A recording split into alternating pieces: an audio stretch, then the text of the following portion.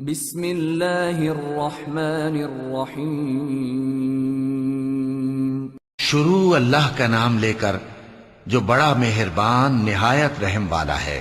بکھیرنے والی ہواؤں کی قسم جو اڑا کر بکھیر دیتی ہیں، پھر پانی کا بوجھ اٹھاتی ہیں، پھر آہستہ آہستہ چلتی ہیں، پھر اس چیز کو یعنی بارش کو تقسیم کرتی ہیں کہ جو وعدہ تم سے کیا جاتا ہے وہ یقیناً سچا ہے، اور انصاف کا دن ضرور واقع ہوگا۔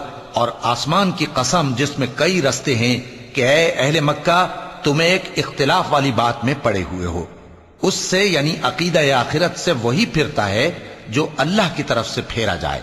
اٹکل دوڑانے والے ہلاک ہوں جو بے خبری میں بھولے ہوئے ہیں، پوچھتے ہیں کہ جزا کا دن کب ہوگا؟ وہ دن ہوگا جب ان کو آگ میں عذاب دیا جائے گا۔ اب اپنی شرارت کا مزہ چکھو، یہ وہی ہے جس کے لیے تم جلدی مچایا کرتے تھے۔ بے شک پرہیزگار بہشتوں اور چشموں میں ہوں گے، اور جو جو نعمتیں ان کا پروردگار انہیں دیتا ہوگا انہیں لے رہے ہوں گے۔ بے شک وہ اس سے پہلے نیکیاں کرتے تھے، رات کے تھوڑے سے حصے میں سوتے تھے اور صبح کے اوقات میں بخشش مانگا کرتے تھے، اور ان کے مال میں مانگنے والوں اور نہ مانگنے والوں دونوں کا حق ہوتا ہے۔ اور یقین کرنے والوں کے لیے زمین میں بہت سی نشانیاں ہیں اور خود تمہاری جانوں میں، تو کیا تم دیکھتے نہیں؟ اور تمہارا رزق اور جس چیز کا تم سے وعدہ کیا جاتا ہے آسمان میں ہے، تو آسمان اور زمین کے مالک کی قسم یہ اسی طرح قابل یقین ہے جس طرح تم بات کرتے ہو۔ اے نبی، کیا تمہارے پاس ابراہیم کے معزز مہمانوں کی خبر پہنچی ہے؟ جب وہ ان کے پاس آئے تو سلام کہا، انہوں نے بھی جواب میں سلام کہا۔ دیکھا تو ایسے لوگ کہ نہ جان نہ پہچان۔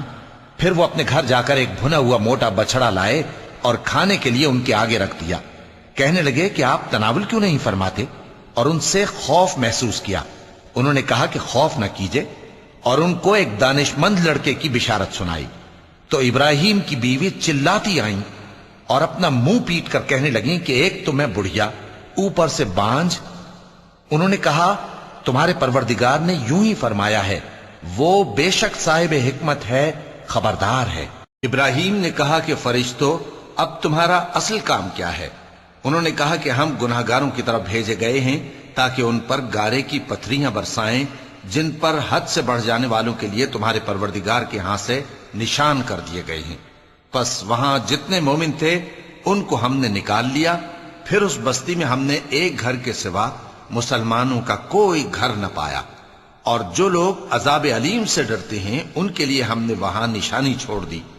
اور موسیٰ کے حال میں بھی نشانی ہے، جب ہم نے ان کو فرعون کی طرف کھلا ہوا معجزہ دے کر بھیجا تو اس نے اپنی قوت کے گھمنڈ پر منہ موڑ لیا اور کہنے لگا یہ تو جادوگر ہے یا دیوانہ۔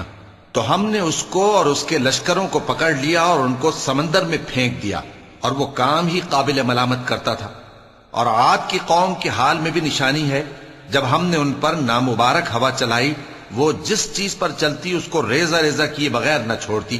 اور قوم سمود کے حال میں بھی نشانی ہے، جب ان سے کہا گیا کہ ایک وقت تک فائدہ اٹھا لو، پس انہوں نے اپنے پروردگار کے حکم سے سرکشی کی، سو ان کو کڑک نے آ پکڑا اور وہ دیکھ رہے تھے۔ پھر وہ نہ تو کھڑے رہنے کی طاقت رکھتے تھے اور نہ مقابلہ کر سکتے تھے، اور اس سے پہلے ہم نوح کی قوم کو ہلاک کر چکے تھے۔ بے شک وہ نافرمان لوگ تھے۔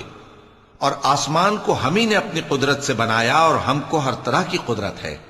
اور زمین کو ہم ہی نے بچھایا، تو دیکھو ہم کیا خوب بچھانے والے ہیں۔ اور ہر چیز کے ہم نے دو دو جوڑے بنائے تاکہ تم نصیحت حاصل کرو۔ تو تم لوگ اللہ کی طرف دوڑ چلو، میں اس کی طرف سے تم کو صاف صاف خبردار کرنے والا ہوں۔ اور اللہ کے ساتھ کسی اور کو معبود نہ بناؤ، میں اس کی طرف سے تم کو صاف صاف خبردار کرنے والا ہوں۔ اسی طرح ان سے پہلے لوگوں کے پاس بھی جو پیغمبر آتا تو وہ بھی اس کو جادوگر یا دیوانہ کہتے۔ کیا یہ لوگ ایک دوسرے کو اسی بات کی وصیت کر مرے ہیں؟ نہیں، بلکہ یہ شریر لوگ ہیں۔ تو اے نبی ان سے منہ موڑ لو، تم کو ہماری طرف سے ملامت نہ ہوگی، اور نصیحت کرتے رہو کہ نصیحت مومنوں کو نفع دیتی ہے۔ اور میں نے جنوں اور انسانوں کو اسی لیے پیدا کیا ہے کہ وہ میری عبادت کریں۔ میں ان سے رزق تو نہیں مانگتا اور نہ یہ چاہتا ہوں کہ وہ مجھے کھانا کھلائیں۔ اللہ ہی تو سب کو رزق دینے والا ہے، زور آور ہے، مضبوط ہے۔ سو کچھ شک نہیں کہ ان ظالموں کے لیے بھی عذاب کی نوبت مقرر ہے، جس طرح ان کے ساتھیوں کی نوبت تھی، تو ان کو مجھ سے عذاب جلدی نہیں طلب کرنا چاہیے، پھر جس دن کا ان کافروں سے وعدہ کیا جاتا ہے اس سے ان کے لیے خرابی ہے۔ صدق اللہ العظیم۔